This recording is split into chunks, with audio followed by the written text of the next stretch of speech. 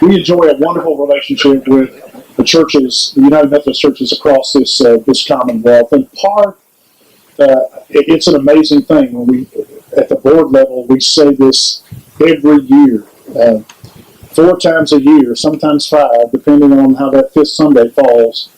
But on those 5th Sundays of the month, churches around this Commonwealth share an offering with us, and pretty much like clockwork, it means $1.5 million every year. And so we have this wonderful relationship with these churches. They care about these children and families, and so they poured their resources into it all these years. One of the reasons that we have enjoyed that relationship is because churches have had that model for them. And for the last number of years, our resident bishop has been back in Kentucky leading us, but he had a relationship with his home long before he came back to be our resident bishop. And so we are so grateful today that Bishop Lindsey Davis is with us. And Bishop, we're going to give you the final word. So now, my granddaughter Lindsay heard her daddy saying what was going to go on at the groundbreaking. And she said, "This sounds boring." Well, I don't want to put any pressure on you, but we're glad you're here.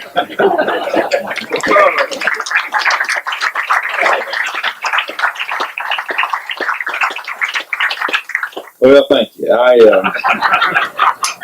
One of the great things about being last in the lineup is that we're just that far from being able to actually break ground. And I want to do it before this tent blows away and before all the rain comes upon it. It's already started a little bit. But it is great for you. I've known about the ministry of the Children's Home for 50 years.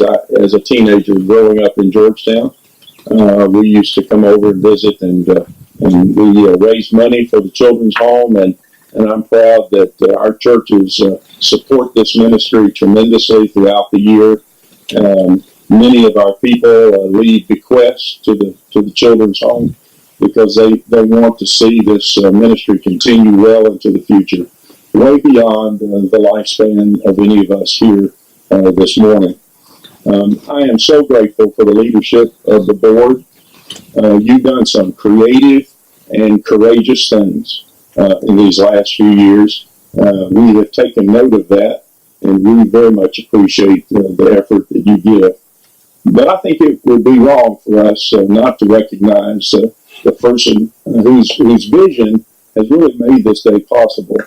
And so I'd like to thank Randy Coy and ask you to thank him as well for all of his leadership.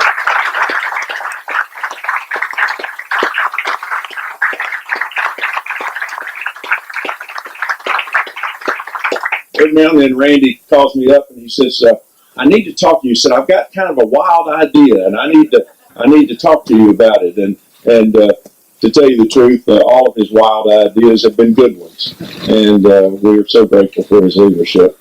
But really, today is a day when what we do sets the vision for our future. And in many ways, this building positions the Methodist Children's Home to be in ministry in the future in the ways that our culture demands, I think. Given all of the difficulties for children here in the state of Kentucky, it embarrasses me that on lots of different barometers, on lots of different statistics, we are at or near the bottom. And that ought to be embarrassing to all of us, and we ought to be able to do better. And our Children's Home is one of the ways in which we approach those issues. I'm thankful that the Attorney General is here today. I'm grateful for his leadership in trying to address some of the most severe needs of our state, having to do with the conditions of life for children. And I pray that our legislature will continue to provide some resources so that we can provide for children who in many ways are the least and the last in our culture today. And so all of you are here because you love children, because you love the Lord, and because you love this ministry. And I'm grateful to each and every one of you for what you do. I'd like to offer prayer if I could, and then Randy will come to close us out, and and have the groundbreaking. But would you pray with me? Lord, break our hearts for the children of the Commonwealth of Kentucky. Give us strength and vision for what we can do to make a difference. Sometimes that difference will be small, and it will be confined to the life of one child who has a special need.